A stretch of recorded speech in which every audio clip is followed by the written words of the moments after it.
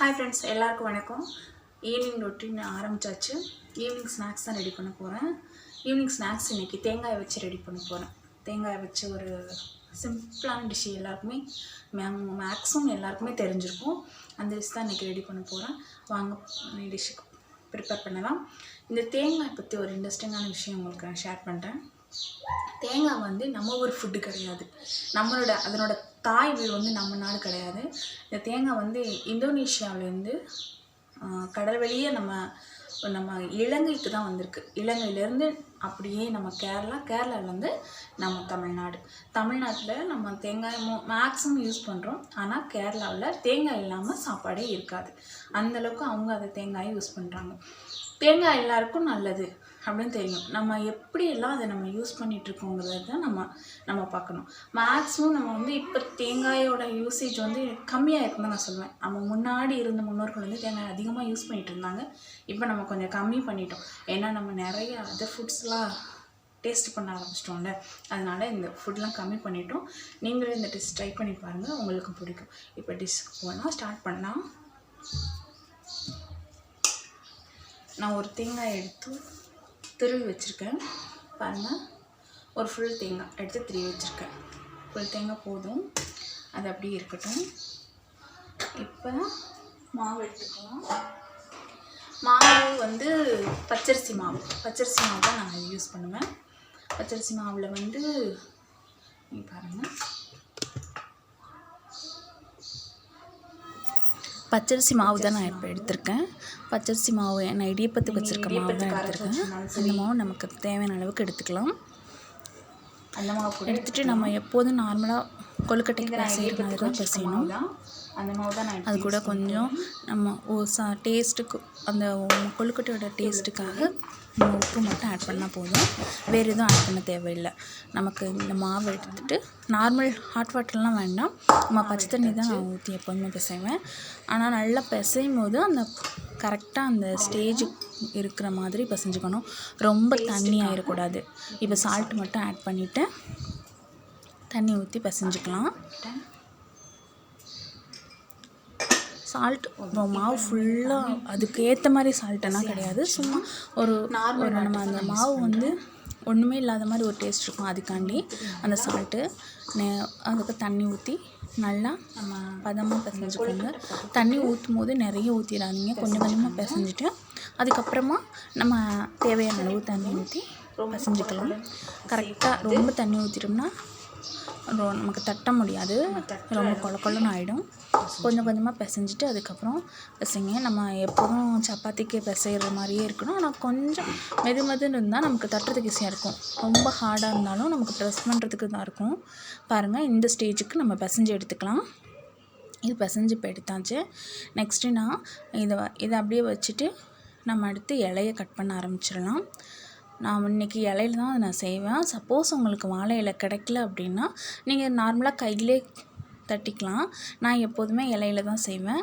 அதனால் இலையை நான் ஃபஸ்ட்டு ஒரு ஃபுல் இலையும் எடுத்துகிட்டு வந்திருக்கேன். அந்த ஃபுல் இலையும் ஃபஸ்ட்டு கட் பண்ணிக்கலாம். இலையை வந்து சின்ன பீஸாக கட் பண்ணணும். அதுக்காண்டி நான் கட் பண்ணிகிட்ருக்கேன். நம்ம எப்போதுமே நார்மலாக வாழை இலையில் சாப்பிட்றதே நம்ம இப்போலாம் மறந்துட்டோம். நம்ம ஏதாவது ஃபெஸ்டிவல்னால் கூட நமக்கு இப்போ வந்து வாழை இலை சாப்பாடு கிடைக்கிறதில்ல. மேக்ஸிமம் இப்போ கல்யாண வீடு அப்படி போனால் தான் வாழை இலையிலே சாப்பிட்ற மாதிரி ஒரு கிடைக்கு. ஹோட்டல் போனால் மேக்ஸிமம் ஹோட்டலில் வாழை இலை தான் சாப்பிட்றோம். நம்ம ரெகுலராக வாழை இலை யூஸ் பண்ண ஆரம்பிக்கணும்.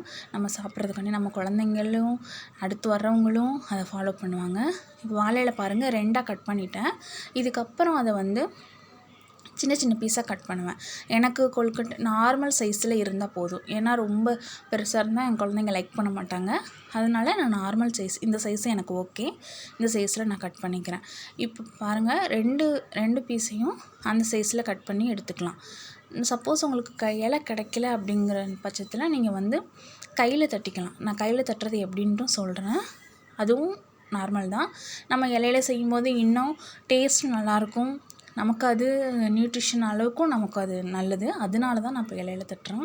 உங்களுக்கு இலை கிடைக்கிற மாதிரி இருந்துச்சுன்னா நீங்கள் கண்டிப்பாக இலை யூஸ் பண்ணுங்கள். இல்லைன்னா நீங்கள் கையில் செஞ்சுக்கலாம். இப்போ பாருங்கள், நான் இதை கட் பண்ணி எடுத்துகிட்டு ஃபுல்லாக கட் பண்ணி எடுக்கிறேன். தண்டெல்லாம் எடுத்துகிட்டு ஃபுல்லாக எடுத்து ஒரு பீஸ் ரெடி ஆயிடுச்சு. நெக்ஸ்ட் நம்ம அடுத்த பீஸையும் அதே மாதிரி கட் பண்ணி வச்சுக்கணும். இலை இந்த மாதிரி ரொம்ப சின்னதாக இருந்தால் தான் எங்கள் பசங்களுக்கு பிடிக்கும். ரொம்ப பெருசாக கொடுத்தோம்னாலும் அவங்க வந்து அது ரொம்ப பெருசாக இருக்குது, இது எப்படி சாப்பிடுது அப்படின்னு யோசிப்பாங்க. குட்டி குட்டியாக இருந்தால் அவங்க 2-3 கூட சாப்பிடுவாங்க. பாருங்கள், இப்போ நான் 2 இலையும் கட் பண்ணி ரெடியாக வச்சாச்சு. இப்போ இந்த இலை இருக்கட்டும். இந்த இலை இப்போ வந்து தேங்காய் துருவல் எடுத்துட்டேன். தேங்காய் துருவல் வந்து அதில் கொஞ்சம் ஸ்வீட் இருக்கும், ஆனாலும் நான் அதில் நாட்டு சர்க்கரை ஆட் பண்ணிக்குவேன். நாட்டு சர்க்கரை ஆட் பண்ணும்போது இன்னும் தித்திப்பாக இருக்கும், ரொம்ப டேஸ்ட்டு கொடுக்கும். சப்போஸ் உங்கள்கிட்ட நாட்டு சர்க்கரை இல்லை அப்படின்னா வெல்லம் இருந்தால் துருவி ஆட் பண்ணிக்கோங்க. அப்படி வெல்லமும் இல்லை அப்படிங்கிறனா நீங்கள் ஒயிட் சுகரை ஆட் பண்ணிக்கலாம். ஒயிட் சுகரை ஆட் பண்ணும்போது கொஞ்சம் கம்மியாகவே ஆட் பண்ணிக்கோங்க. நான் நாட்டு சர்க்கரை ஆட் பண்ணுவேன். நாட்டு சர்க்கரையே நான் கரெக்டான ரேஷியோவில் தான் ஆட் பண்ணுவேன். ரொம்ப தித்திப்பாக ஆட் பண்ண மாட்டேன். ஏன்னா பசங்களுக்கு நம்ம வந்து ரொம்ப தித்திப்பான டேஸ்ட்டு எப்போதுமே கொடுத்து பழக்கக்கூடாது. அப்படி கொடுத்து பழக்கிட்டோன்னா நம்ம கொடுக்குற வேறு எதையுமே அவங்க லைக் பண்ண மாட்டாங்க, சாப்பிட மாட்டாங்க. அதனாலே நான் நார்மலாக அவங்களுக்கு ஓகே ரொம்ப கம்மியாகவும் சேர்க்க மாட்டேன், நல்லாவே மீடியமாக சேர்த்து அவங்களுக்கு மிக்ஸ் பண்ணி நல்லா ஸ்வீட்டாகவே இருக்கும். இது பாருங்கள், இது மிக்ஸ் பண்ணும்போது பாருங்கள் இந்த கலரு எல்லாம் உங்களுக்கு சேஞ்ச் ஆகிறது தெரியும். நல்லாயிருக்கும் டேஸ்ட்டு. இந்த நாட்டு சர்க்கரையோடு போடும்போது இன்னும் சூப்பராக இருக்கும். இது வெல்லம் கொடுத்திங்கன்னா அது ஒரு டேஸ்ட்டு கொடுக்கும். இந்த ஒயிட் சுகர் போட்டிங்கன்னா அது வேறு டேஸ்ட்டு கொடுக்கும். நாட்டு சர்க்கரைம் போது அந்த வாழை இலையோடு அது மிக்ஸ் ஆகி அந்த ஃப்ளேவர் கொடுக்கும்போது செம்மையாக இருக்கும். நீங்கள் மஸ்ட்டு ட்ரை பண்ணி பாருங்கள். இது நல்லா கிளறிட்டு அந்த நாட்டு சர்க்கரை எல்லா தேங்காயோடையும் ஸ்ப்ரெட் ஆகணும். ஸ்ப்ரெட் ஆனோன்னு மிக்ஸ் பண்ணி வச்சுட்டு அதுக்கப்புறம் நம்ம தட்ட ஆரம்பிச்சுக்கலாம். இந்த கலர் பாருங்கள், ஃபுல்லாக சேஞ்ச் ஆகிடுச்சா?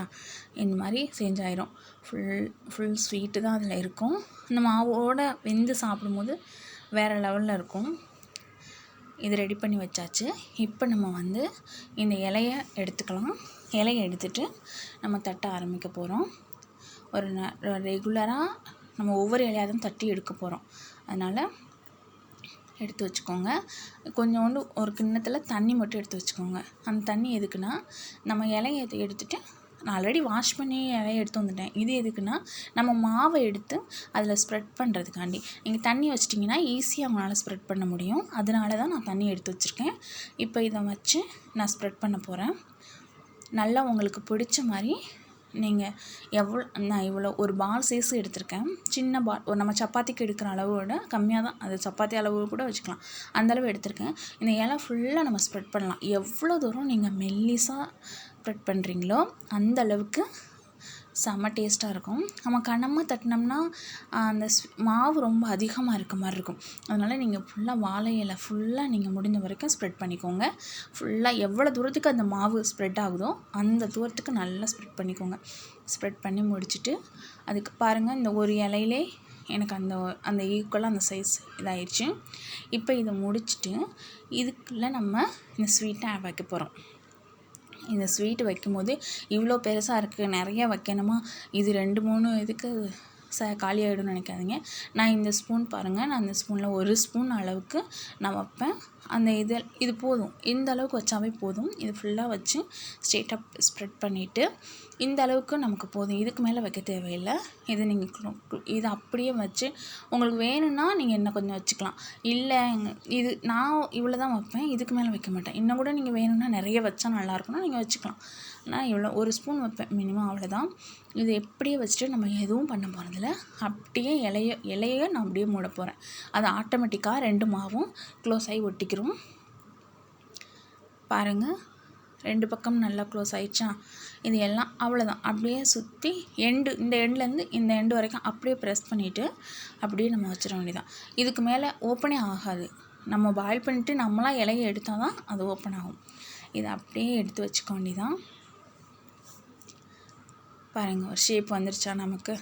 இதை எடுத்து இப்படி நம்ம கட் பண்ணியிருக்க எல்லா இலையும் ரெடி பண்ணிக்கணும். இப்போ நான் இதை எடுத்து ஒரு பிளேட்டில் வச்சிடுறேன். நம்ம பொதுவாக இட்லி தட்டில் தான் நான் எப்போதுமே அவிப்பேன். உங்கள்கிட்ட என்ன பாய்லர் இருக்கோ நீங்கள் எடுத்து அவிச்சிக்கலாம். இப்போ நான் வந்து இது ஸ்ப்ரெட் பண்ணிவிட்டு ஒவ்வொரு இலையாக ஸ்ப்ரெட் பண்ணிவிட்டு அதுக்குள்ளே வைக்கிறதில்ல. நம்ம அதில் என்னென்னா, நம்ம வந்து இப்போ இந்த இலையில வைக்கிறனால ஒரு 6 ஒரு 5 அந்த மாதிரி தான் ஒரு தட்டுக்கு வைக்க முடியும். இது நீங்கள் இலை இல்லை கையில் தான் ஸ்ப்ரெட் பண்ணுறீங்க அப்படின்னா அப்போ நீங்கள் நிறைய வச்சுக்கலாம், தட்டு மேலே நிறைய வச்சுக்கலாம். நான் இலையோடு வைக்கிறனால என்னோடய பாத்திரம் சின்ன பாத்திரம் தான், அதில் நான் 5 மினிமம் 5 வைப்பேன், இல்லைன்னா ஒரு நேரம் 6 வச்சு அது க்ளோஸ் பண்ணி இது பண்ணிக்குவேன். இப்போ பாருங்கள், இதே மாதிரி நீங்கள் தட்டிக்கோங்க. டைம்லாம் ரொம்ப எடுக்காது. நீங்கள் ஃபஸ்ட் டைம் செய்யும்போது வேணால் உங்களுக்கு அந்த ஸ்ப்ரெட் பண்ணுறதெல்லாம் கொஞ்சம் டைம் எடுக்கிற மாதிரி தெரியலாம். நான் அடிக்கடி செய்கிறனால எனக்கு ஒன்றும் பெருசாக டைம் எடுக்காது. கடன்னு அது டக்கு டக்குன்னு நம்ம இது தட்டுறது மட்டும்தான். மற்றபடி ஒரு ஸ்பூனை வச்சுட்டு க்ளோஸ் பண்ணிவிட்டு பாயில் பண்ணிட்டோம்னா நமக்கு ஆட்டோமேட்டிக் இது ரொம்ப பாயில் ஆகிறதுக்கும் ரொம்ப டைம் எடுக்காது. நீங்கள் பார்த்தீங்கன்னா நான் வச்சுட்டு நமக்கு ரொம்ப நேரம் இப்போ வாழையில் வைக்கிறோம் அதனால ரொம்ப டைம் எடுக்குமோ அப்படிலாம் நினச்சிங்கன்னா இல்லை, கொஞ்சம் நேரத்துலேயே பாயில் ஆகிடும். இப்போ இந்த பால் முடிகிறதுக்கும் இந்த தேங்காய்க்கும் கரெக்டாக இருக்கும், மாவு எல்லாமே கரெக்டாக வரும். நான் பாருங்கள், இப்போ எல்லாமே ரெடி பண்ணி அந்த ஒரு சைடு உள்ள இலையெல்லாம் ரெடி பண்ணிட்டேன். ஒரு 5-6 எடுத்து வச்சுட்டேன். இந்த இலையும் நம்ம ஸ்ப்ரெட் பண்ணுவோம். இதை முதல்ல அடுப்பில் வச்சிடலாம், அது வெந்துட்டுருக்கட்டும். அதுக்குள்ளே இதை ஸ்ப்ரெட் பண்ண ஆரம்பிச்சிடலாம். இப்போ நம்ம எப்போதுமே அந்த நார்மலாக ஒரு பாயில் பண்ண போகிறோம் அப்படின்னா தண்ணி ஒரு பாத்திரத்தில் வச்சுட்டு தண்ணியை முதல்ல ஹீட் பண்ணிக்கணும். நம்ம தண்ணி ஹீட் பண்ணுறதுக்கு முன்னாடியே இதே நம்ம இட்லி ஊற்றினாலும் சரி, என்ன நீங்கள் பாயில் பண்ணாலும் சரி, இதை எடுத்து வச்சுட்டு பாயில் பண்ணக்கூடாது. நமக்கு தண்ணி கொதிக்கணும். கொதிக்கும்போது இதை வச்சோம்னா நமக்கு சீக்கிரமே அது பாயில் ஆகிடும். இப்போ நான் இதை வச்சாச்சு, தண்ணி கொதிக்கட்டும். தண்ணி கொதிச்சிருச்சு. இப்போ நம்ம இதை எடுத்துட்டு நம்ம கொழுக்கட்டை எடுத்து வைக்க ஆரம்பிச்சிடலாம். நான் எப்போதுமே மேக்ஸிமம் பார்த்திங்கன்னா பாருங்கள், இதில் நிறைய இருக்க மாதிரி இருக்கா, நான் ஒன்று எடுத்துட்டேன். இப்போ எடுத்து வச்சிடலாம். தண்ணி கொதிக்க ஆரம்பிச்சிருந்துச்சு. நம்ம இதை உள்ளே வச்சுட்டு க்ளோஸ் பண்ணிவிட்டு அவிக்க வேண்டியதான். அதுக்குள்ளே நம்ம மீதம் இருக்க இலையெல்லாம் நம்ம ஸ்ப்ரெட் பண்ண ஆரம்பிச்சிடலாம். வைக்கும்போது கவனமாக வைங்க. இலையை வச்சு மூடும்போதும் நல்லா எல்லாமே உள்ளே இருக்கிற மாதிரி, வெளியில் எதுவுமே இருக்கக்கூடாது, எல்லாமே உள்ளே இருக்கிற மாதிரி வச்சு மூடிடுங்க. ஃபஸ்ட்டு கொஞ்சம் நேரம் ஹெவியில் இருக்கட்டும், அதுக்கப்புறம் நீங்கள் சிம் பண்ணிக்கலாம். நான் மற்றது எல்லாத்தையும் ஸ்ப்ரெட் பண்ணிடுறேன். ஸ்ப்ரெட் பண்ணி முடிச்சுட்டு உங்களுக்கு நான் இது சொன்னேன் இல்லையா, இது வாழையில இல்லைனாலும் நீங்கள் நார்மலாக கையில் செய்கிற மாதிரி செய்யலாம். கையில் செய்யும்போதும் நல்லாவே இருக்கும், டேஸ்ட்டும் நல்லாயிருக்கும். நமக்கு இந்த ஃப்ளேவர் தான் கம்மியாக கிடைக்கும், இந்த வாழையில ஃப்ளேவர் கம்மியாக கிடைக்கும். இது பாருங்கள், நான் இதை செஞ்சு முடிச்சுட்டு நான் உங்களுக்கு கையில் எப்படி செய்கிறதுன்னு காமிக்கிறேன். இந்த வாழையில முடிஞ்சதுக்கப்புறம் நீங்கள் கையிலே செஞ்சுக்கலாம். அந்த மாதிரி நான் செஞ்சது எப்படின்னு காமிக்கிறேன். இது மேக்ஸிமம் எங்கள் ஊரில் என்ன பண்ணுவாங்கன்னா கையில் செய்வாங்க. கையில் செய்யும்போது என்ன பண்ணுவாங்கன்னா, இதுக்குள்ளே நான் தேங்காய் வைக்கிறேன் இல்லையா, தேங்காய் வைக்கும்போது அவங்க என்ன பண்ணுவாங்கன்னா பாசிப்பருப்பு இருக்குல்ல, பாசிப்பருப்பும் பாயில் பண்ணிக்குவாங்க. அது கூட வெல்லம் சேர்த்துட்டு அது கூட தேங்காய் சேர்த்துட்டு ரெண்டையும் அதுக்குள்ளே மிக்ஸ் பண்ணுவாங்க. மிக்ஸ் பண்ணி ஒரு நார்மல் நம்ம பிடி கொழுக்கட்டை இருக்குல்ல, பிடி கொழுக்கட்டை மாதிரி செஞ்சுருவாங்க. அது நிறைய ஹோட்டல்ஸில் எங்கள் ஏரியாவில் கிடைக்கும். டீ ஸ்நாக்ஸ் அது அப்படி இருக்கும். அதே மாதிரி இந்த கார கொழுக்கட்டையும் செஞ்சுருவாங்க. இது ஸ்வீட்டு, அது காரம் அப்படின்னு செய்வாங்க. ஆனால் ஸ்வீட் கொழுக்கட்டை தான் மேக்ஸிமம் எல்லோரும் லைக் பண்ணுறது. நம்மளாம் எப்போயாவது ஒரு விஷயம் சொன்னால் தான் நம்ம அதை செய்வோம், இல்லைன்னா செய்கிறதில்ல. நான் அடிக்கடி செய்வேன், ஏன்னா என் பசங்களுக்கு அது ரொம்ப பிடிக்கும், அதனால் நான் அடிக்கடி செய்வேன். இப்போ பாருங்கள், மேக்ஸிமம் வாழை இலையிலெல்லாம் ஃபினிஷ் பண்ண ஆரம்பிச்சிட்டோம். வாழை இலை ஃபுல்லாக இதுக்காண்டியே நான் வாழை மரம் ஒன்று வளர்த்துட்ருக்கேன். இது மஸ்ட்டு இந்த கொழுக்கட்டைக்காகவும் இடியப்பத்துக்காகவும் 2க்காக. நான் இடியப்பத்துக்கு இந்த ஒரு பீஸ் இருக்குது பாருங்கள், நம்ம ஒரு கொழுக்கட்டை அவிக்கிறோம் பாருங்கள், அந்த இலை மட்டும் போதும். அதுலேயே நான் இடியப்பம் அவிச்சு எடுத்துக்கிருவேன். தட்டிலே அவிக்க மாட்டேன், இந்த இலையிலே அவிச்சு எடுத்துக்கிறேன். இப்போ பாருங்கள், நான் வாழை இலையில் கையில் தான் உங்களுக்கு செஞ்சு காமிக்கிறேன். இந்த கையிலே நம்ம சும்மா நம்ம ஸ்ப்ரெட் பண்ணிக்கலாம் வச்சு, அப்படியே ஸ்ப்ரெட் பண்ணிவிட்டு இதுக்குள்ளே நல்லா ஸ்ப்ரெட் பண்ணி எடுத்துக்கிட்டு நம்ம கையில் தட்டுறது தான், நம்ம கை செய்யாத வேலையாக தட்டி நல்லா ஸ்ப்ரெட் பண்ணிவிட்டு நம்ம அதுக்குள்ளே ஸ்வீட்டை வச்சுக்கலாம். ஸ்வீட்டை வச்சு நார்மலாக க்ளோஸ் பண்ணிவிட்டு பிடி கொழுக்கட்டை மாதிரி அப்படியே பிடிச்சிருவாங்க. இந்த மாதிரி தான் எங்கள் ஊரில் செய்வாங்க. பாருங்கள், நான் இப்போ க்ளோஸ் பண்ணிடுறேன். க்ளோஸ் பண்ணிவிட்டு நீங்கள் ஃபுல்லாக அந்த வாழையில ஷேப்பில் வச்சாலும் வச்சுக்கலாம், பிடி கொழுக்கட்டை மாதிரி செஞ்சாலும் அதுவும் நல்லாயிருக்கும். நம்ம கையில் வச்சு பாருங்கள், அது நல்லா பிடிச்சிருவாங்க. பிடிக்கும் போது இன்னும் நல்லா பிடி கொழுக்கட்டை மாதிரி ஆயிரும். அது பார்த்திங்களா, அது சேர்ப்போம் பிடிக்கொழுக்கட்டை மாயிரும். இதே இல்லாமல் நம்ம பசங்களுக்கு கொடுக்கும்போது எப்போதும் என்ன பண்ணுவோம்னா டிஃப்ரெண்ட்டாக கொடுக்கணுன்னு தான் நினைப்போம். அவங்க அந்த மாதிரி டிஃப்ரெண்ட்டாக இருந்தால் தான் சாப்பிடுவாங்க. தோசை ஊற்றினா கூட அவங்க ஏ தோசை வேணும், பி தோசை வேணும், சி தோசை வேணும்னு கேட்பாங்க. அந்த மாதிரி அவங்க அப்படி கேட்க ஆரம்பிப்பாங்க. இப்போ அதில் வந்து இன்னொன்று பால் டைப் நார்மலாக பால் மாதிரி உருட்டிட்டு நீங்கள் அதுக்குள்ளேயும் வச்சுட்டு பால் மாதிரி சுற்றிடுங்க. அவங்க அதை கடித்து சாப்பிடும்போது அதுக்குள்ளே இருக்க ஸ்வீட் வரும்போது அவங்க ரொம்ப எக்ஸைட் ஆவாங்க. அவங்களுக்கு ரொம்ப பிடிக்கும். நீங்கள் உங்கள் வீட்டில் கிட்ஸ் இருந்தாங்கன்னா மஸ்ட்டு நீங்கள் ட்ரை பண்ணுங்கள். இது பாருங்கள், அது ஃபுல்லாக க்ளோஸ் பண்ணிடுங்க. அப்படியே கையில் வச்சு பால் மாதிரி உருட்டேன், அவ்வளோதான், முடிஞ்சது. இப்போ இருக்கிற மாவெல்லாம் அந்த மாதிரி செஞ்சு முடித்து எடுத்து இதெல்லாம் அவ்வளோதான். நம்மகிட்ட இருக்கிற மாவை எல்லாத்தையும் நீங்கள் ஃபினிஷ் பண்ணிங்க. சப்போஸ் எல்லாம் முடிஞ்சிருச்சு, மாவு கொஞ்சம் இருக்குது அப்படின்னா கூட ஒன்றும் இல்லை, நீங்கள் அதே மாவை நார்மலாக பிடிக்கொழுக்கட்டை மாதிரி சின்னமாக பிடிச்சி எடுத்து வச்சுக்கலாம். இப்போ பாருங்கள், நமக்கு ஃபஸ்ட்டு வச்ச கொழுக்கட்டை அவிஞ்சிருச்சு, நல்லா வெந்துருச்சு. பார்த்திங்களா, ஃப்ளேவர் நல்லாவே வருது, அந்த வாழை இலையோட ஃப்ளேவரு. இப்போ வந்து ஒன்ஸ் நீங்கள் அந்த வாழை இலைகளை எடுக்கும்போது கவனமாக எடுக்கணும். ஏன்னா ஹீட்டு எல்லாம் வாழை இலை சுடாது அப்படின்னு நினைக்காதீங்க. ஃபுல்லாகவே அந்த ஹீட் இருக்கும். நீங்கள் எடுக்கும்போது கவனமாக எடுக்கணும். நான் நெக்ஸ்ட் டைம் பிளேட் வைக்கிறதுக்காண்டி ரெடி பண்ணிக்கிறேன்.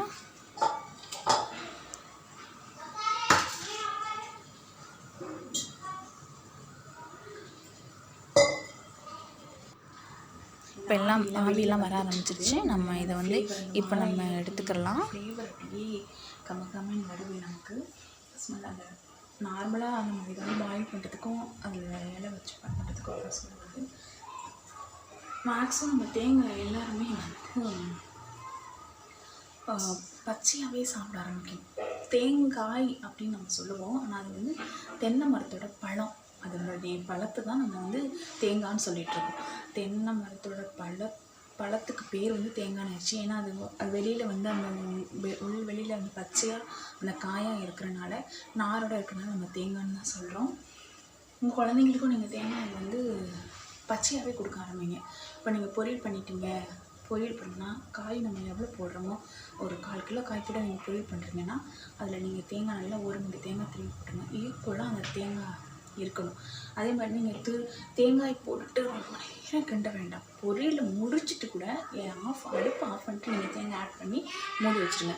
அதுதான் அந்த குழந்தைங்களுக்கு வந்து நேச்சராக அந்த தேங்காய் கிடைக்கும். அவங்களுக்கு ரொம்ப அது பிடிக்கும். இப்போ இது நமக்கு ரெடி ஆகிடுச்சு. நம்ம இதை எடுத்துடலாம்.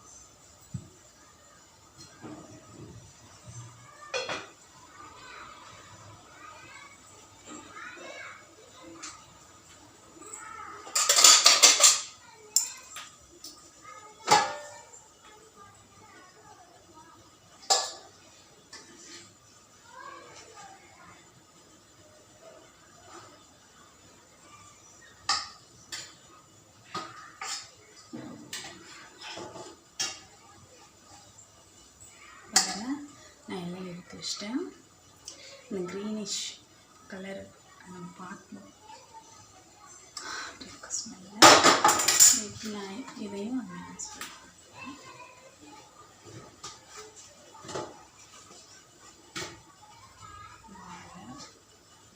இதெல்லாம் இது நேரம் வச்சாங்க.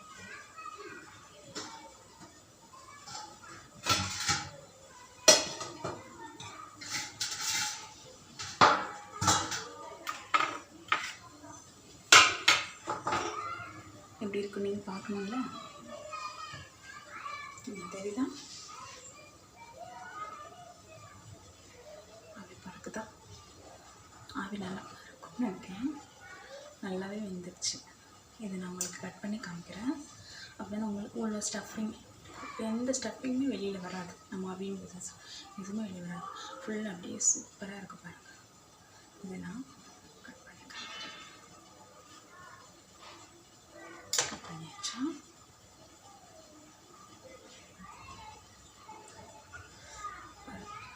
அப்படி இருக்கு பாருங்கள். தெரியுதா? உள்ளே இருக்க அந்த ஸ்டஃபிங் எப்படி இருக்குது தெரியுதா? கண்டிப்பாக அதை ட்ரை பண்ணி பாருங்கள். என்னோடய வேலை முடிஞ்சது. அதை எடுத்து பசங்களுக்கு கொடுக்க வேண்டியதான்.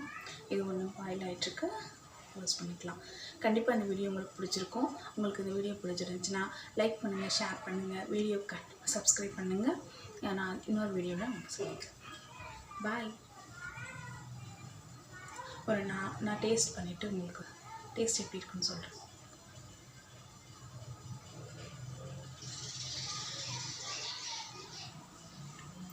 சான்ஸே இல்லை. Okay friends, bye. Thank you for வாட்சிங்.